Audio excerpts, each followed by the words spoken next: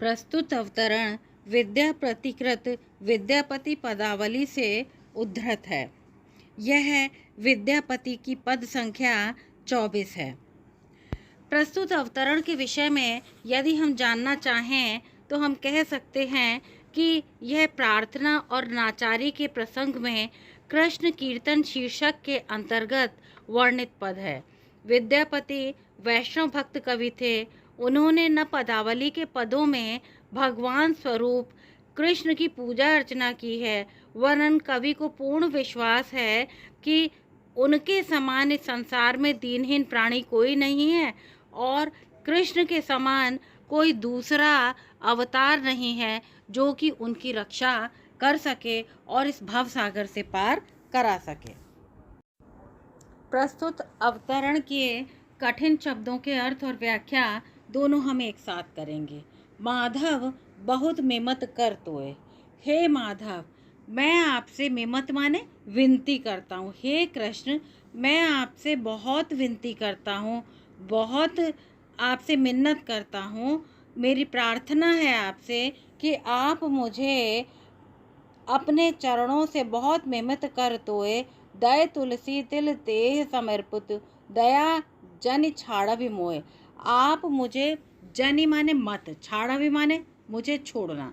वो कह रहे हैं हे माधव, हे कृष्ण, मैं आपसे बहुत विनती कर रहा हूँ कि आप मुझे किसी भी प्रकार छोड़िएगा मत। और विनती करने का उनका तरीका क्या है?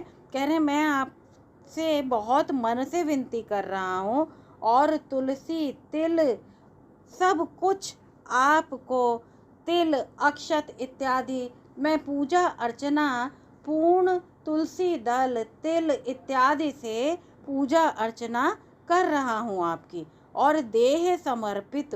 और इतना ही नहीं, मैं पूजा अर्चना करके अपना शरीर भी आपको समर्पित कर रहा हूँ।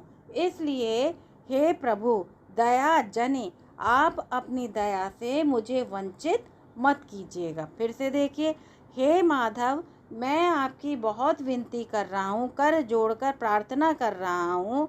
मैं आपकी तिल चामर तुलसी दल इत्यादि से पूजा कर रहा हूँ और पूजन करके इनको समर्पण के साथ साथ अपने देह को भी, मन को भी आपको समर्पित कर रहा हूँ।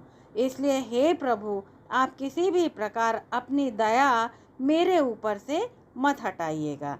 गनैल दोसर गुण लेख न पाओवे जब तू करव विचार। वो कह रहा है, आत्मा यहाँ पर कह रही है, विद्यापति कवि कह रहे हैं गनैल दोसर, जब भी आप कभी विचार करेंगे, किस बात का? गुण और दोषों को गिनने का विचार करेंगे, तो आप लेख ना पाओगे। आप मेरे गुणों को जब भी गिनना आरंभ करेंगे तो आपको मेरे अंदर एक भी गुण नहीं दिखाई देगा, बल्कि आपको मुझे, आप मेरे अंदर दोषी दोष देख पाएंगे। हे प्रभु, आप तो तुहु जगत जगन्नाथ कहा उसे, यानी हे प्रभु, आप तो जगत के नाथ, संपूर्ण संसार के स्वामी जगन्नाथ कहलाए जाते हैं। जग बाहिर जड़ छार। और हे प्रभु, आपके बिना हम कहीं भी कुछ भी देखते हैं तो वो सब शून्य और राख के समान ही प्रतीत होता है। किए मानुष मसु पासवी भय जनभिये अथवा कीट पतंग। बोले जब आप हमारे गुण और दोषों की गणना करेंगे तो पता नहीं अगले जन्म में हम मनुष्य होंगे, पशु होंगे अथवा कीट पतंग होंगे। वो कहना चाहते हैं कि हम भले ही कोई भी हों, तो हे प्रभु, आप अपनी दया हमारे ऊपर बनाए रखिएगा। कर्म विपाक गतागत पुन पुन मति रहे तू परसंग। बोले हमारे कर्मों की जो गति है वो अच्छी हो या बुरी हो, जैसी भी हो, लेकिन हमारी मति तू परसंग, आपके प्रेम में ही रहे, ऐसी कृपा, ऐसी दया हमारे ऊपर आप बना के रखिएगा। भनई विद्यापति अतिशय कातर तरत ई भव सिंधु। विद्यापति कवि कहते हैं, अत्यधिक कातरता के साथ कहते हैं कि इस संसार रूपी सागर को केवल आपकी कृपा से ही कोई इंसान पार कर सकता है। तू पद पल्लव करे अवलंबन, तिल एक देह दिन बंधु। आपके चरण कमलों का सहारा प्राप्त होने पर ही हम इस संसार से पार हो सकते हैं। फिर से देखिए, तू पद पल्लव, आपके चरण कमलों में करी अवलंबन, आपके चरण कमलों में ही मेरा मन लगा रहे। अवलंबन माने आपके चरण कमलों के सहारे, हे दीन बंधु, मुझे उसमें आश्रय प्रदान कर दीजिए। अपने चरणों में, अपने चरणों का दास बना दीजिए। अपना कृपा पात्र बनाकर मुझे इस भव सागर से पार करा दीजिए। ऐसी विद्यापति की कामना है।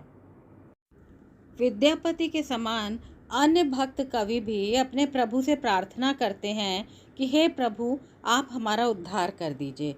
यदि हम तुलसी की विनय पत्रिका को देखते हैं तो वहाँ वो भी कहते हैं, तुलसीदास भी कहते हैं, ऐसो को उदार जग माही, बिन सेवा जो द्रवय दीन पर, राम सरिस को नाही। इसी प्रकार तुलसीदास की कुछ पंक्तियाँ और याद आती हैं। तू दयालु दीन हो, तू दानी हो भिखारी, हो प्रसिद्ध पात की, तू पाप पुंज हारी।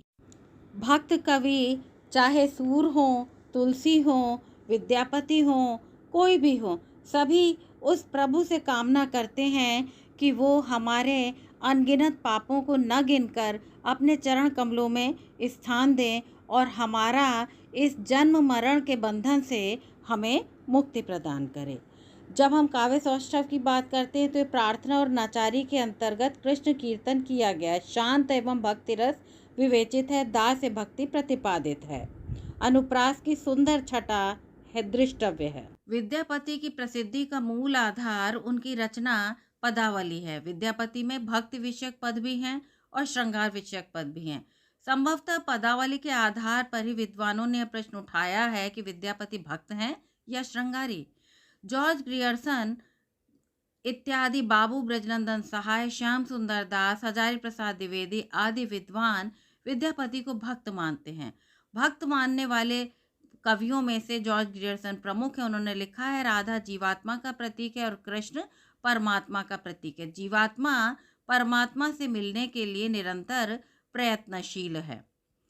इसी प्रकार श्रृंगारिक कवि के रूप में मानने वाले कवियों में से हैं, आलोचकों में से हैं हरप्रसाद शास्त्री, आचार्य शुक्ल, बाबूराम सक्सेना, रामवृक्ष बेनीपुरी, सुभद्रा झा, डॉक्टर राम कुमार वर्मा, बच्चन सिंह जैसे विद्वान उन्हें श्रृंगारिक कवि मानते हैं।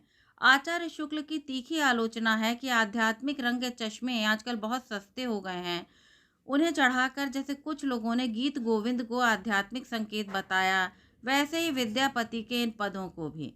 निराला विद्यापति के काव्य को नागिन की लहर कहते हैं और बच्चन सिंह खजुराहो की मंदिरों वाली आध्यात्मिकता बताते हैं। अर्थात लोगों ने अलग अलग रूप से अलग अलग उनके पदावली को बताया है।